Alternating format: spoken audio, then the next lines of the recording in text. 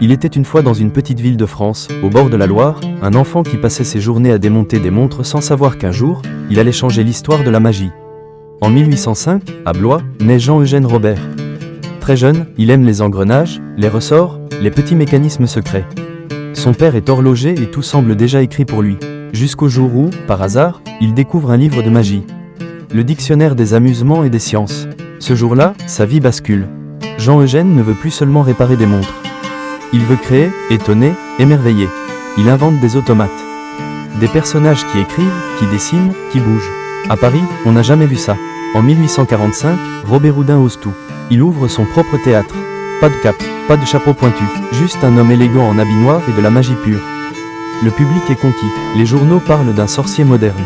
La salle est pleine chaque soir. Même la reine d'Angleterre l'applaudit. Robert Houdin devient une légende vivante.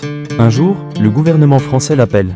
On lui demande une mission étrange, partir en Algérie et montrer que la magie n'est pas de la sorcellerie mais de l'intelligence humaine. Avec l'âge, Robert Houdin ralentit.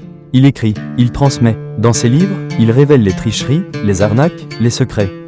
En 1871, Jean-Eugène Robert Houdin s'éteint. Mais son esprit, lui, ne disparaît pas. Tous les magiciens modernes sont ses héritiers et chaque fois qu'un spectateur s'émerveille, Robert Houdin est encore là. Merci d'avoir écouté cette histoire. Si elle vous a plu, partagez-la et continuez à faire vivre la magie.